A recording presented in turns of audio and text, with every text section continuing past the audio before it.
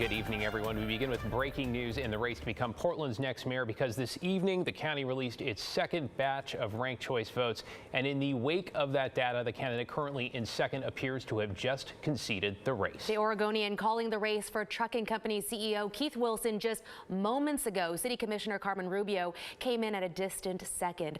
So Rubio released a short statement moments ago as well, saying she had called Wilson to congratulate him on his new role. She said, quote, "My hope for him is that he enters City Hall with a desire to listen and learn from those who have been working hard to get Portland back on its feet." Meanwhile, the leading candidates in all city council districts have not changed. District 1, that's east of I-205, climate justice advocate Candace Avalos, former Multnomah County Commissioner Loretta Smith, and lobbyist Jamie Dunphy still lead in that race.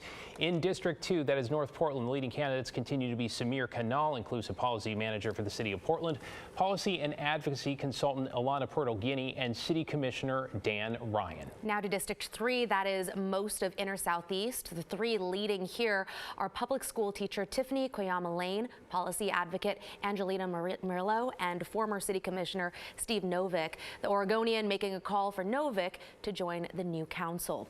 And finally, District 4, west of the Willamette, policy advocate Olivia Clark, energy economist Mitch Green, and Eric Zimmerman, chief of staff to County Commissioner Brim Edwards. The Oregonian also making a call here for Olivia Clark. The big news, though, the Oregonian calling the mayor's race for Keith Wilson. Pat Dorr's here to break down the ranked choice contest. So, Pat, what are you seeing in the numbers there? Well, guys, we got a new dump from brand new ballots today. When they're all mixed in, Keith Wilson is way out in front, 112,000 votes to Rubio 70. And we crunched the numbers between this group and the one that came out yesterday. And the issue is Wilson is pulling ahead. He gained 23,000 votes from yesterday to today.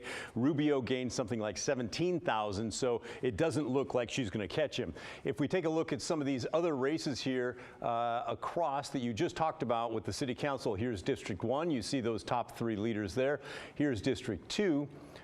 With those folks. Here's District 3, which is a little confusing to look at because they don't have the bar chart.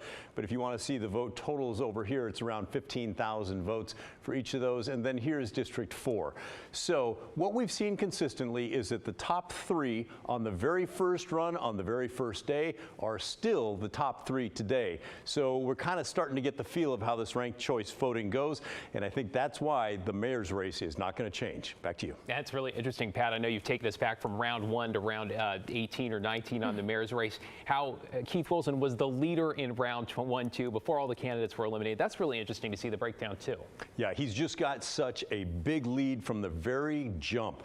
So many people put him in first place that these other candidates that have fewer, maybe they have 500 votes, as they get eliminated, there's not that many to spread it out. And so he's had that commanding lead and he's held on to it.